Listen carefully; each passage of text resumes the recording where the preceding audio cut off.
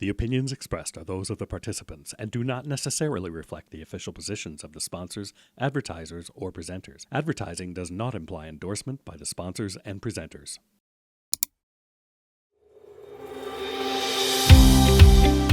Hey guys, and welcome back to Lighting Controls Podcast. We have another fantastic guest for you today, but before we jump into the conversation, let me take a minute to remind you today's episode is presented by the newly rebranded LCA, the Lighting Controls Academy.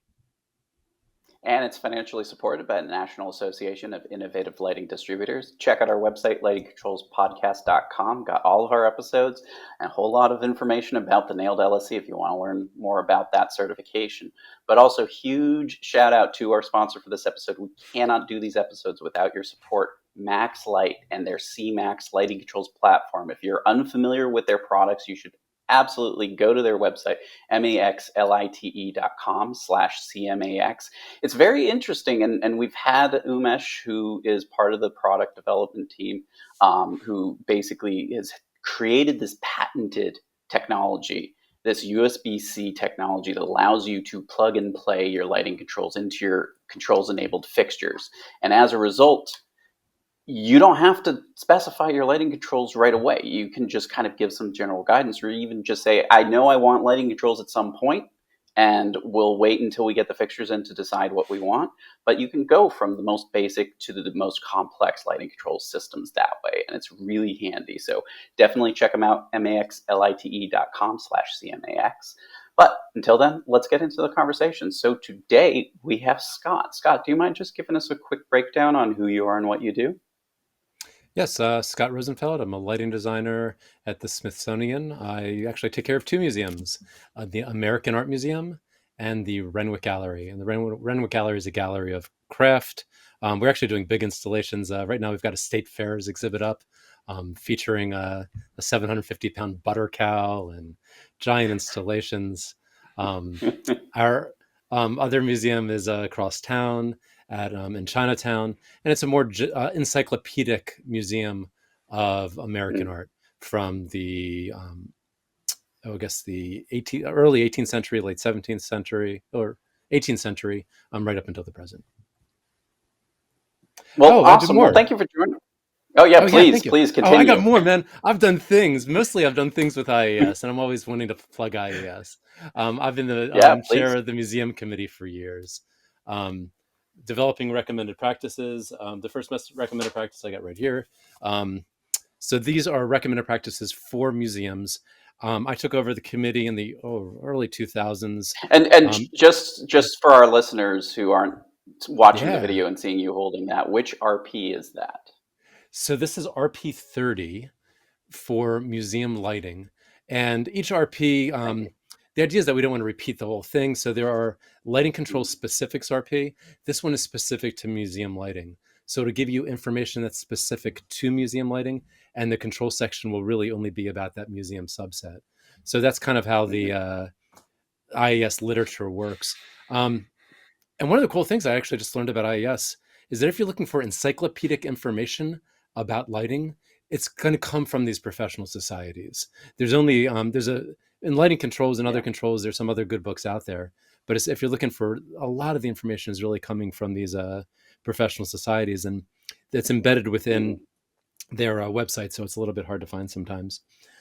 So we recently developed RP 3025, which is really, it speaks to this moment because we're providing new methods for the preservation of light sensitive materials that lighting controls work really well with, because until things basically, if something is very light sensitive, and a lot of things are durable, but a lot of things are sensitive to light.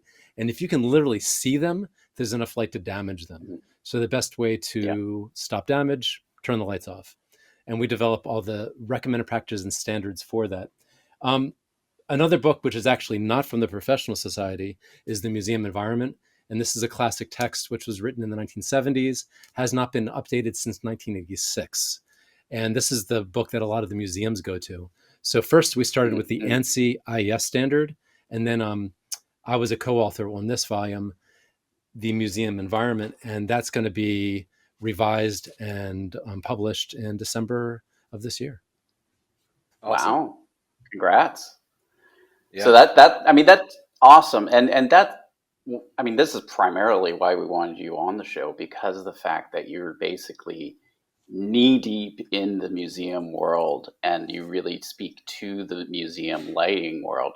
And so for our listeners, we try to get as broad a breadth as we can. So, having you on here is really, I really appreciate you coming and joining us on this show, to talk, because I think museum lighting controls are so fascinating.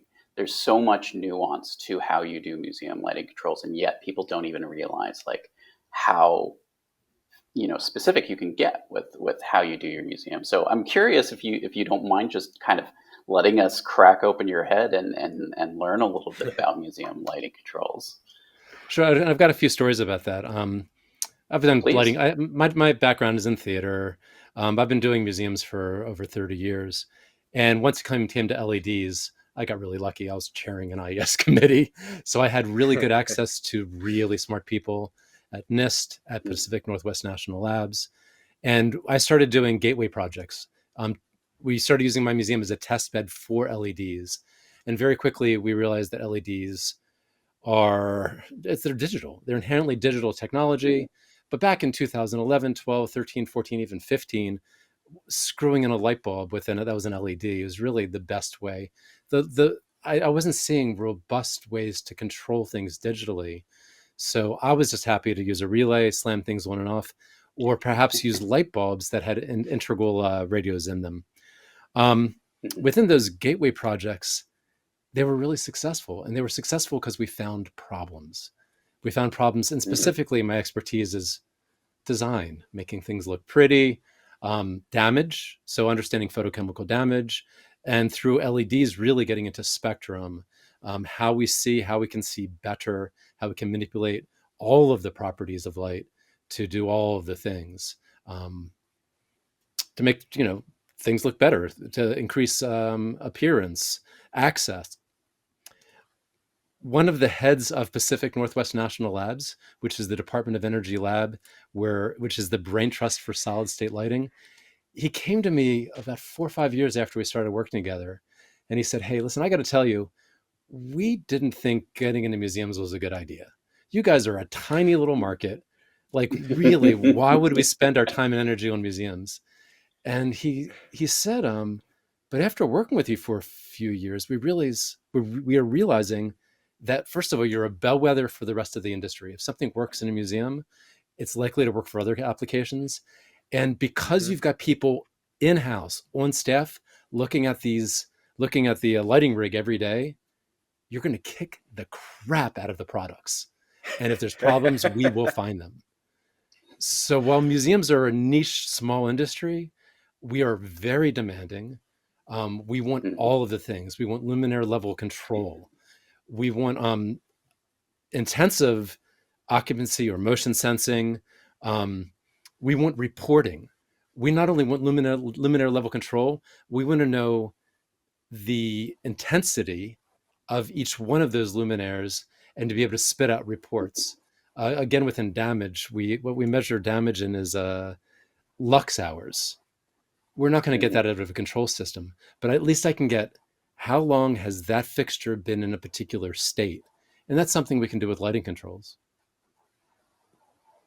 That's awesome. So for our listeners who maybe aren't as familiar, myself included, with the damage that light can do to objects, right? I mean, I know that light can damage objects, but I've never worked in a museum. I've never had to spend a ton of time on this. Being in the industry for a while, did the transformation to LEDs from sort of incandescent and other light sources make that better, make it worse, or was some of the research and some of the testing that you guys did help to make it better? I am shocked how much better it made it. I remember at one of those first Department of Energy research and development conferences, um, an LED manufacturer came to me. I was sitting in the elevator, and he had me and said, "What do you want? What do you V? He's spitting out all these things. I didn't know what the hell he was talking about, and I was just straight up. I'm like, man, I don't know. And I spent the next few years figuring out what I cared about. And I realized at a recent episode, he used the word human centric. that you're talking about circadian, you're, you're talking about circadian rhythm, but it's really the whole thing. And I realized Mhm, if I'm gonna chase the technology, that's going to be an endless thing. I'm just going to chase my own tail. That what do humans care about? So I thought about the mhm, iPhone. That they Jobs looked at his hand. How big is my hand? And that's how big the device should be. And he didn't quite get that mhm. right. That it's very nice that he managed to squash all that stuff into something that was very small that would fit into his hand. But they actually needed to be a little bit bigger so we could actually read the things on the screen. Mm, And so we mhm, started right sizing this format. But it wasn't about the technology, it was about the people and what the people wanted. mhm. And then we start making decisions about really what are we going to do.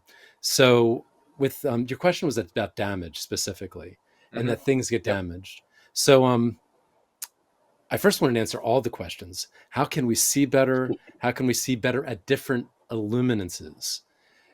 The way things get damaged primarily is from it's especially organic things, which are the main things we worry about. Inorganic things have a tendency to be much more stable. The light that's going to damage them is the light that's absorbed. So I'm sitting here wearing a blue shirt. The blue frequencies of light, or those analogous spectra, the short wavelength energy, have a greater tendency to reflect off the blue shirt, and it is all the other frequencies that are absorbed that's going to cause the damage. That's the primary mechanism for fading color. There's another thing that's also going on, which is destroying materials with short wavelength energy. Ultraviolet, we can't see, we try to get rid of it. So, and that's really destructive because it literally rips things apart. The short wavelength blue, it's more damaging than yellow. So there's two mechanisms: the absorbed spectrum, which is largely responsible for fading, and then these other short wavelength energies that are going to rip things apart. Ron, did I actually answer your question? Yeah, no, no, no, you did. But well, yes and no. Right. So I guess the next part of that is, versus the traditional light sources of incandescent or metal halide or Ah, whatever you were yep. using in the past, how did LED sort of help or hinder, that transition, and has it Okay. made it better? So better in a thousand ways. First of all, we have that full control of spectrum, so we can really start tuning spectrum in a thousand ways. From As things get dimmer, Hunt effect increases. Hunt effect is when things get less colorful at low luminances. So we can really start manipulating spectrum in really robust ways with LED. The biggest thing is LEDs like being turned off. They're fine being turned off on and off 1,000 times. They just don't care. My incandescent lighting, if I were to apply motion sensors to them, I'm likely to get a failure on incandescence when that thing is turning Mhm. on or off. So Hmm. incandescents aren't as good a technology for just being turned on and off all the time, where LEDs, could go for it. Yeah. Well, and to your point at the beginning, any amount of light is destructive. So keeping as little light on that when it's not actually being observed is best. Because, and this is the thing that I find I take umbrage with the term human centric. It's like all lighting is human centric. We're always lighting for people. Like you don't light an empty Right. space for the sake of the space. So, if you take that human centric perspective of I am following the people and you're only dialing in lighting to illuminate the art during that point when somebody is there to observe the art, then you're preserving it as best as you can. That's absolutely right. But it's always about access. And I think it comes back to people with Mm, access. We're managing and balancing the access for today against the access for future generations. And that's again where Sure. lighting controls are a huge feature, in that we've got some standards, like say 50 lux for very light sensitive materials. And that works fine if you've got something that's a white paper with black ink on it. But if you've got mm, black paper with black ink, or you've got 6 point, you've got something that's very fine in detail, or you've got an older person or somebody with low mhm. vision, all of a sudden that 50 lux may not be enough. So there's Right. any number of ways that we can, first of all, reduce the 50 lux when nobody's looking at it, Mhm. and then potentially increase the 50 lux when either people are present. So we're balancing it so the total number of lux hours stays the same. Or I can give a docent a button and we can increase the illuminance if that's what's necessary for the Mm. particular Nice. folks that are in the gallery at any one time. No, that's great. And I mean, to a degree, it's very theatrical, the way that you design Right. lighting in museum. So, it in a lot of ways it needs to be flexible. You need to be able to shift the lighting. And I imagine it's the same thing with the controls. Absolutely. And what's interesting is we do some immersive environments and immersive experiences. Lighting controls are actually easier for them. They are more complicated. It's more complicated hardware and technology. But as far as moving lights, and I've got a rig of about 25, um, 7-color multi-attribute fixtures that are running a cycle. I'm lighting a giant room with them. We know how to do that. It's the rest of the problem. The rest of it, the rig is the problem. I've got 6,000 lights in my rig. Um, can I tell you a little bit about what we got? Of Please, please. course. 6,000 lights, all Bluetooth enabled. And this is reasonably new. We started specifying this, oh God, around 2016, 17. Alexander Cooper, I'm in a building with 2 different museums.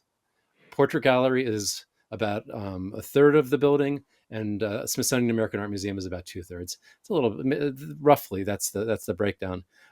Alexander Cooper is both a lighting designer and a technologist. He was way ahead of this, and particularly interested in Bluetooth. We are in an all masonry building. Smithsonian American Art Museum and Portrait Gallery are in a building that was first built in And 1840. do you mind explaining to our audience why that's an important piece to We think don't about? have plenums in my friggin' building. We do, like, it's literally a masonry brick. We Which did a which is major. terrible for wireless. It's actually, we managed to make it work with wireless. Wireless was actually No, the totally. only way to make it work. So we did a major renovation in Interesting. 2006. We left some extra conduit in the floors, Hmm. and some extra wires. So we were able to install, God, I forgot how many, 140 Bluetooth gateways. And this particular Bluetooth technology we're using, I like to, you may have a better name for it. I like calling it a hub plus one. Mm, So we're really trying to speak to each node. Let's call it a lighting fixture. Each lighting fixture directly from the gateway to the lighting mhm. fixture. But each one of my lighting So it's not a fixtures, mesh setup. It's hub and spoke. it's hub and spoke, but each one of my lighting Mm. fixtures can be a repeater. Mm, Yep. My understanding, and I'm not 100% on this, just about 90, is that I've got good bidirectional Bluetooth communication between each gateway and each lighting fixture. But if I have to hop from lighting fixture to mhm, lighting fixture, then I'm in unidirectional communication. mm, So, mhm. That and I makes can sense. also within my API, it's an API driven system. Um, so I've got a networked. All those Bluetooth gateways are networked, and I can blast information. Great. I just say hey and scream into the woods and say hey, you guys do all of that. That works beautifully. The robustness of the feedback is a little bit more suspect. Um, Mm. was there more about? There's a lot more about that. Uh, where do you want to go? Well, so all right, so let's talk about that, right? So with the Bluetooth, so just knowing working in older churches in and around New England, there's a lot of plaster, there's a lot of brick. We've had a lot of issues with wireless. When you're physically in a space, it tends to be okay. It's as soon as you've got to bounce off walls, go around corners, go through walls that you tend to have issues, right? And I'm sure that's some of why you have so many gateways in order to, cover your full area. But just given the amount of fixtures you have, how has the experience been with wireless? How, like, you mentioned the lack of sort of communication back sometimes on the bi-directional side, but how has just the communication in general been? Do you have good days and bad days? Are there times when the system just doesn't quite cooperate the way you'd like it to? We don't have good days and bad days. We are an early adopter. Mhm. This was extraordinarily difficult, but that's why we did it. We did a lot of this as a proof of concept. Mhm. We're doing really hard things. And Yep. so we're developing technology. Um, we did this a lot of it in house, and the complexity of to answer your wireless questions, I'd encourage you if you can get Alex Cooper in here, absolutely, because he actually did a lot of the hard work, and his team with it, Kyle and Andrews, of placing those gateways, um, figuring out those Wi-Fi patterns, and then figuring out when it did not work, how to make it better. At what point Mm. does extra radio communication become a problem? How are things bouncing depending on the height of the ceilings? We found that ceilings with particularly low ceilings were sometimes more problematic. Um, we've got vaults. Our building dates from 1840. That predates both photography and lighting systems. Our building was the first federal building to get a lighting system in 1848 with gaslight, the first federal Interesting. building. We're the third oldest federal building in Washington, D.C. after the White House and the Capitol. Um, so, it was a challenge, but Bluetooth was the only way to go. And the other thing that we're doing is, and I'm definitely a student of Alex, which is if it wasn't bidirectional communication, he wasn't going to have it. This idea of DMX and just screaming into the woods and not getting feedback is not optimal. About the time he started testing this system in 2016 or so, I had done another system at the Renwick Gallery, which I'd like to talk about for a minute. So it's a little bit of a changing of the subject, if Yeah, that's please. okay. No, that's fine. I wrote the specs for that museum, and it was the first Smithsonian spec that called in the specs that the contractor would have to have a systems integrator on site. Mm. And Nice. we also, as I dig deeper into the specs, and I developed some of the graphic user interface within the specs, put that at least concept in the specs for the contractor. I also realized that that we needed to have them build them on a particular platform. And is it okay if I name the name of the platform? By all means. So Yeah. we do a lot of Medialon here, and Medialon is analogous to some other systems like Crestron. We like Mm-hmm. Medialon because it's they're particularly good about just giving away the keys to their castle.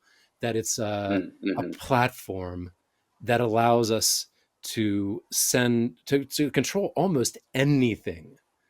So a And lot of so yeah, I want to push on that term because I feel sure. like we all know what you mean, but keys to the castle, what are you talking about there? Oh God, that I think iPhone did this somewhat when they came around. Maybe I'm old enough just to remember this. That before iPhone, I had a little flip phone or whatever that could be an MP3 player. And if I gave my telephone company an extra $10 a month, they'd give me GPS. And if I Mm-hmm. gave them an extra Mm. $10, they'd let me to have a calendar on it, another $10. And they were selling, it was insane. Um, Yeah, as a very controls profitable topology venture. in my museum, we try to speak at the lowest level possible. We want to get as close Mm. to the zeros and ones and speak to everything directly.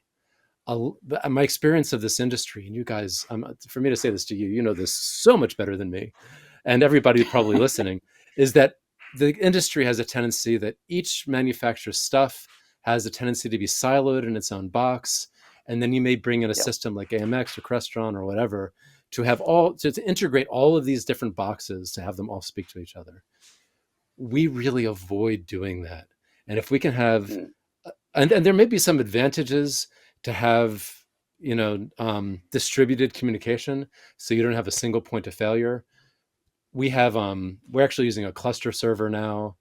We're in Mm. RAID drives and everything else. So we're doing N+1 backups for high availability systems.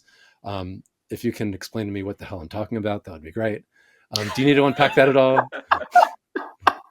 Because man, I'm a lighting I don't designer. think we need I'm to get really too deep into the weeds there. I mean, man, I am just a lighting designer. as far as networking goes, the lighting controls world really has it's slowly getting there. I wouldn't say we're Yeah. there yet. So there's still a lot that we need to overcome to being able to fully integrate with an IP type platform. However, we're getting there, and there's usually you need an interface. You need some way of taking the lighting control system and tying it into the IP framework, and usually through an API, which you were talking about, where you have a piece of software that basically marries the two systems. But what that API is doing is it's taking all of the data that's happening on the lighting control system and sharing it with whatever platform it's connected to.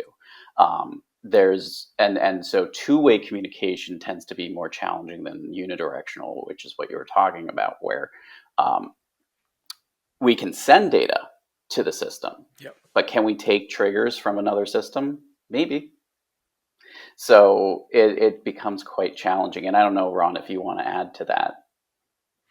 Yeah, it's just, like you mentioned silos earlier, and you're not wrong, right? Every manufacturer has their primary interface or controller or whatever it is, and you have to speak to that device. And that is where, unfortunately, APIs come in the most handy, because when you're trying to talk to multiple manufacturers and get that data back at all, you need some sort of third party in order to talk to them. And because you're going to trigger system A and trigger system B and trigger system C, but A and B can't talk directly to each other without some roundabout way of, whether it's UDP or RS-232 or whatever that trigger might happen to be. Could be a contact closure for all we know. Sometimes it basic works, right? But Fabulous. you need some sort of front end in order to make it all happen. Content, yeah. The simpler, the better often. I'd actually like you to unpack that a little bit more, because I think there's some confusion in the industry. Basically, I want the thing to work all the time. We do have, ours is cloud-based, but we also have redundant bare metal servers in-house ready to take over at any minute. And it isn't necessarily as robust, but we have it in-house. So and actually we're using Medialon as that backup. And then we developed another lighting control system, which Alex Cooper was the data architect for, as that larger lighting control system. But we can talk a little bit about that. But I wanted to talk about APIs. OSI model for how things communicate, super interesting. I'm really grateful for that, especially as a standards writer, where I'm trying to, and writing controls documents, trying to really make things equal. So like we can look at a whole range of different systems and see what the commonalities are. And the OSI model allows to say, okay, where are we working? And like I was saying, I want to work at the lowest level possible. But even on that OSI And we've touched model, on the OSI model in good. past episodes, but if you don't mind just giving us a quick definition for what the OSI No, model I'm is going to let you about. do. If I'm going to ask you a question, because God, I prefer you to do that. And I actually was looking at the OSI model Honestly, I've been waiting for somebody to throw it back at me, because I Oh, always that's do great. this to people. I always give But them the my real cold question, definition. my real question is, there's different layers of where things land from, whether, how close are you from, how far away from you are you, far away from you, like HTTP, which is the application layer, down to really getting closer to the zeros and ones, which is at the bottom of the chart. It's not the physical layer; it's at the one right above it. But my real question for you is, when people talk about protocols, that's someplace on the OSI model. I forgot where it is. Sometimes. But people are Not very always. confused about APIs. And API, Yes. so I recently wrote into the museum environment that when possible, specify an open standard. I heard Avi more recently. He's all about, if it's not, DMX, DALI, or whatever open standard is out there, he's not interested. Now we're in this thing called APIs. And I know when we put out the RFP for our lighting control system, we scared some very, very, very, some of the smartest people I know in the industry away, because they were not prepared to develop a lighting control system based on an API and develop the databases and the GUI and everything else that was required for that. So if you could back up and tell us a little bit more, especially how API fits on this OSI model, and why should anybody care? And also just a shout out that the API isn't something to be afraid of. If you're not familiar with it, people should go out and find the API for their Roku or Spotify, download Postman, and just start playing with this thing. And that this is what I find. I love it, and I am not that much of a technologist. I mean, I'm a technologist, but as far as doing line code entry, not my strong point. I am not a coder, but it's really exciting to be able to know that I can communicate robustly, and that I'm pulling all of this information from my gateway, and I can send information. That was really freeing in a way that you look at DMX and you're going, we're still doing that? Ron, I'm going to have you kind of hop into talking about APIs because I have a good story about open standards. But Okay. I mean, so there are a lot of manufacturers who shy away from it, right? So APIs, application programming interface, for those people who aren't familiar with what API stands for, right? A lot of manufacturers tend to shy away from it because they've already spent all their money, all their R&D on their hardware, their device, their software. They may have it open for those third-party commands, for some API to control their system. But whenever you get into these applications where you then ask them to develop that interface, that's when they tend to shy away because they don't have the team or the resources to do it, right? They've spent the money on the software. They've done that. Now, if you want to develop some sort of custom interface, now you're getting into almost hiring a third party outside of your lighting system to really create that interface for you to then talk to all of the different lighting systems or control systems or whatever you have. And that's where, unfortunately, it does get very complicated. And that's why you will see a lot of manufacturers go, we want nothing to do with this. We don't have the staff, the resources, the technicians to do this kind of work on site or anywhere else. And that's, and I'm that's sure, where I why you find it ran into that. so exciting. And where that complexity, which people were shying away from, is really, I mean, buildings are complicated. Lighting control systems are complicated. We have experts in user interface, user experiences all over the place. They're called web designers. Mm-hmm. And they know how to do this. So that we're going to try to shove our particular application, our particular building into some template is a little bit crazy making. And some of the templates are very good, and I'm sure they can work. But God help us if they have to speak to something else. So there are other examples out there. We were using Medialon, which allows us to be able to speak to almost anything at a low level, send out those commands, and develop those user interfaces, user experiences, or hire a web designer to build even better ones. It becomes much more complicated when you actually want to integrate databases and more high level commands. And then it starts ballooning at that point. And you're doing what the manufacturer did, is you're developing a new lighting control system, which we actually did at the Smithsonian because there wasn't one out there that could do everything we needed. No, it's an incredible thing that what you have achieved with that, because I remember seeing several presentations when it started to actually be marketable and you can talk about it, because it's really fascinating to think about creating your own lighting control system. And so I had to do it myself. It took, that's what I'm asking is. No, I didn't want to do this. God, I didn't want to do this. Our main lighting control system, which we call Leica, is fantastic. It provides luminaire level control. It's wonderful. But it took several years longer than we expected.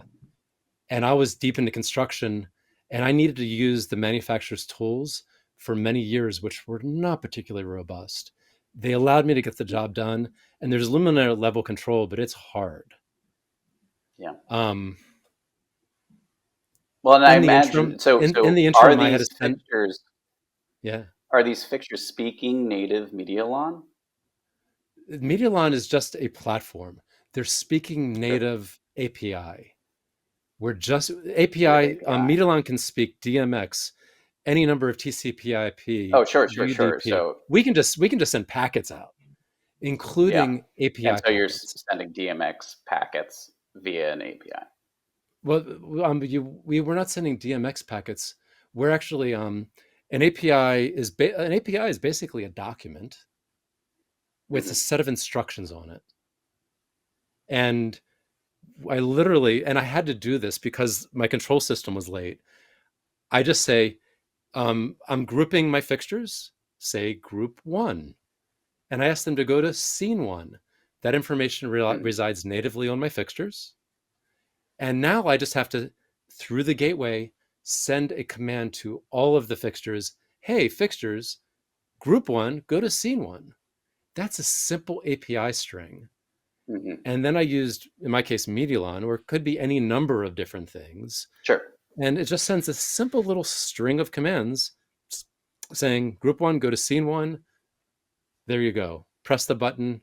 And I learned how to make a little button and have it send the command out, and then associate that button with a calendar. And I did all those things. Literally, if I can do Hmm. this, anyone can do it, especially folks that are younger than me. And that's what I did. I hired folks that were younger than me, not necessarily coders, folks that were typically trained in theater, and they picked this up so fast. Oh my God, I had an intern who was a electrical engineer from University of Michigan. She like was magic and was able to build really robust deep controls in a minute. This young woman who's 20 years old, and that's how I've actually been developing my team, is finding often younger folks, sometimes older. I had one guy who had worked in haunted houses, and he was doing lighting controls for Huh. haunted houses, or all kinds of controls, mechanistic controls, and he was unbelievable and ready to work with Raspberry Pis or any number of platforms to really just let things go. So I was bringing untrained people in lighting controls into my shop. they had they were digitally native, had strong skills, and they could do all the things. That's awesome. You know what? Unfortunately, but fortunately, you guys have the ability and the budget and the resources to do some of those things. Where I would say our average sort of building owner, right, doesn't have the ability to just bring somebody in like that.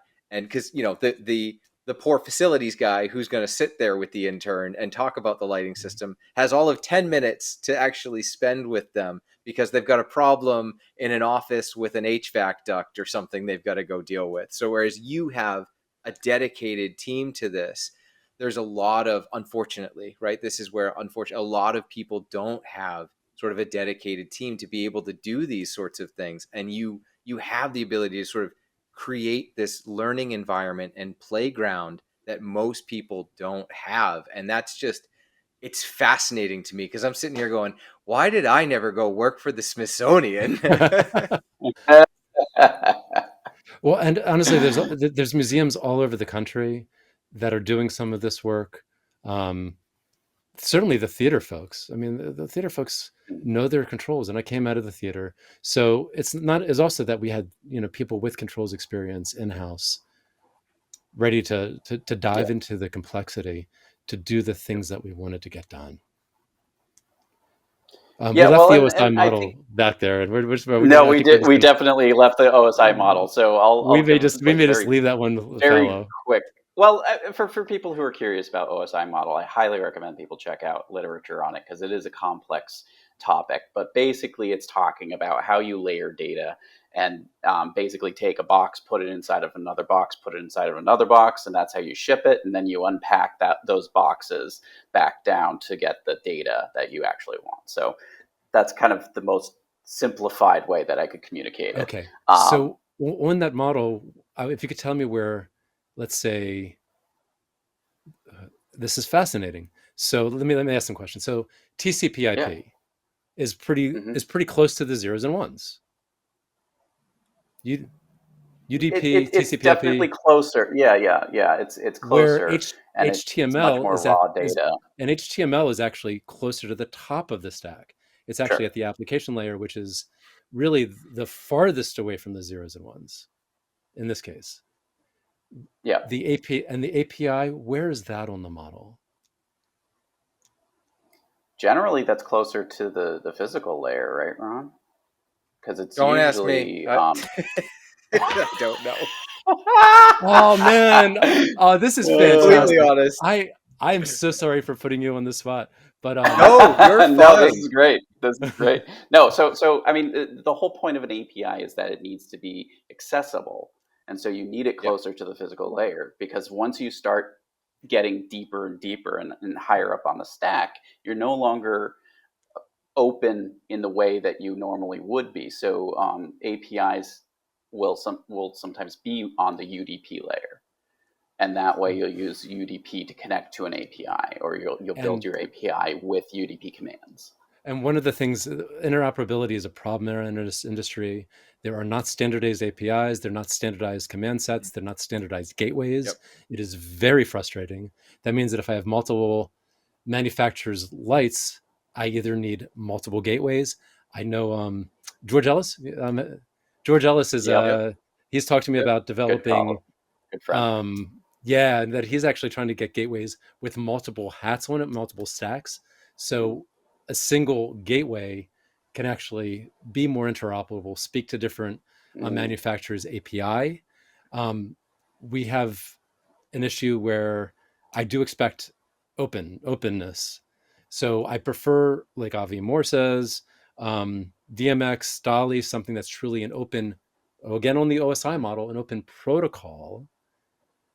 The open API is not something that we have as far as a separate organization that's going to develop that standard, but we do have a manufacturer's commitment to spend the resources, as Ron said, to develop these tools so people can develop their own things and to then hopefully keep that API open. And we've had several instances where people started with a open API, closed their API, which means that things become frozen at that Yeah. state and at that level. And hopefully they continue working for the life cycle of the product. Um, the other thing that I love about APIs and all of this is that I own my own cloud. And within my committee, there was a lot of reluctance to develop lighting controls that depended on the manufacturer's cloud, because we've seen Yep. instances where those manufacturers go out, where things get Yep. bricked with updates, any number of things. Yep. By owning my own cloud, and I own two of my own clouds. I own a redundant one that's in my house, in my building, on my local switches, and then I've got Smithsonian has their own data center, and we've got a much more robust cluster server at that data center that's dedicated just to our buildings. Well, And we're almost out of time here, and yeah, I just want to package what we've talked about here. Not to use the OSI term, but yeah, you know, because I think we've bounced around a lot, which is great. I love it when we dart around topics and kind of weave in and out. But I mean, the core subject here is museum lighting and lighting controls for Mm. museums. And the fact that you have a lot of complexity in those systems for the purpose of preservation, human centric focus with lighting controls, but also just ease of access to that.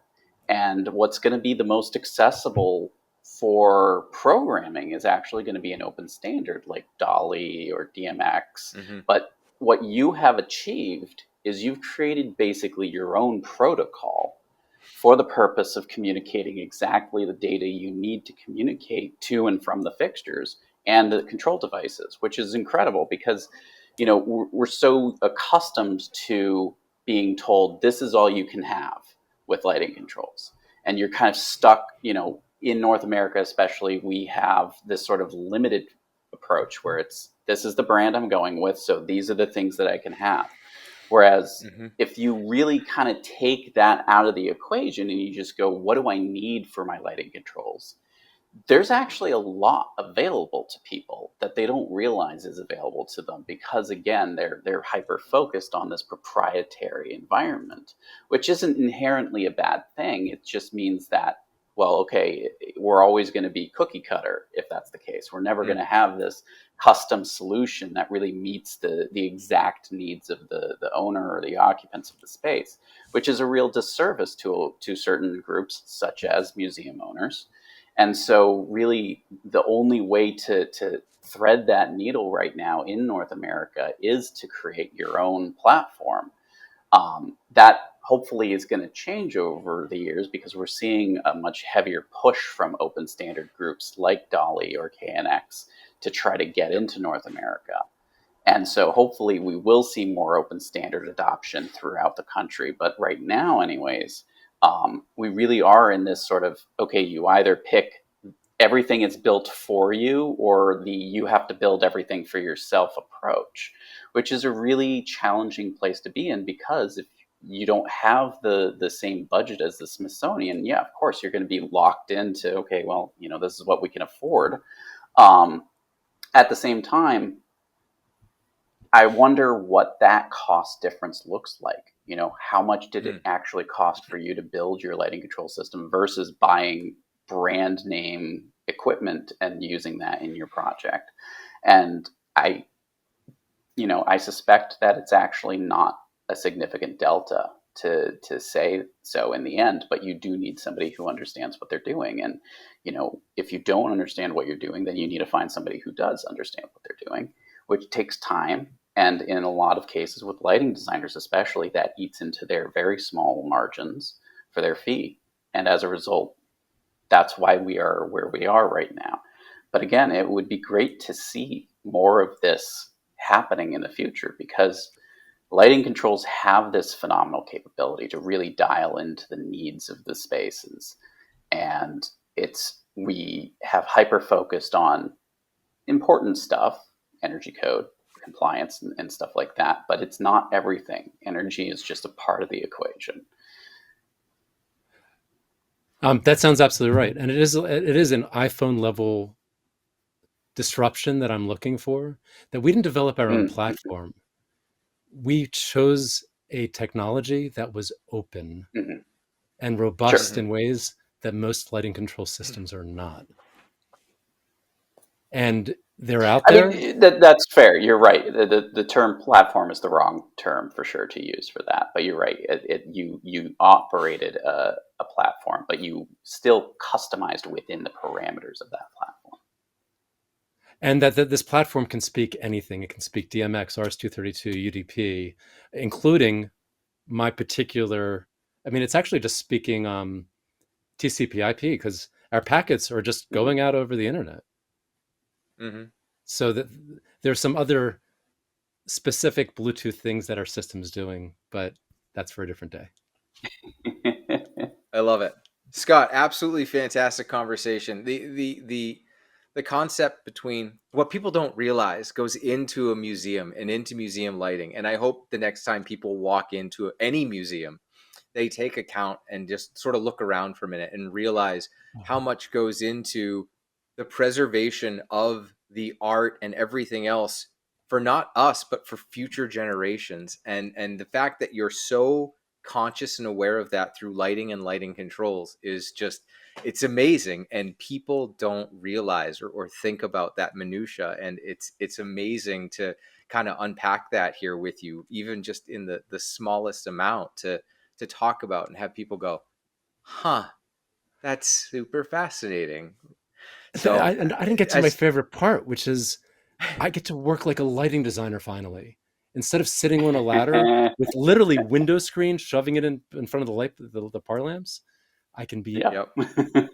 I'm sitting on the ground with the art and a control desk with literally hundreds, if not thousands, of luminaires in front of me, and I can do the things like a lighting designer should be able to. And we didn't even touch that. Yep. Amazing. Well, we'll definitely have you back on then. Yep. 100%. We'll have to have you back, and we can talk more about the design and how that's just changed over the years with, going from incandescent metal halide to LED and everything else. And we'll touch on that later. But Scott, thank you so much for your time today. Absolutely phenomenal conversation.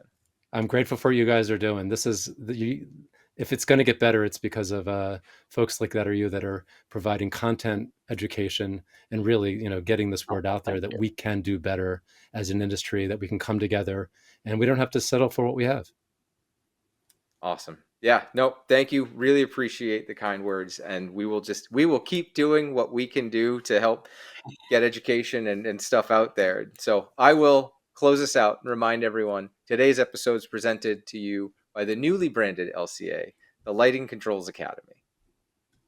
And it's financially supported by the National Association of Innovative Lighting Distributors, or NAILD. Check out our website, lightingcontrolspodcast.com. Got all of our episodes and a whole lot more, but also huge shout out to our sponsor for this episode, which we can't keep doing this if we don't have sponsors. So really appreciate it. Max Light and their CMAX Lighting Controls platform. It is a Bluetooth mesh system. So if you don't want gateways everywhere on your project, definitely worth checking out MaxLite at maxlite.com/CMAX. Thank you so much for joining us. And Scott, thank you. This was an awesome conversation.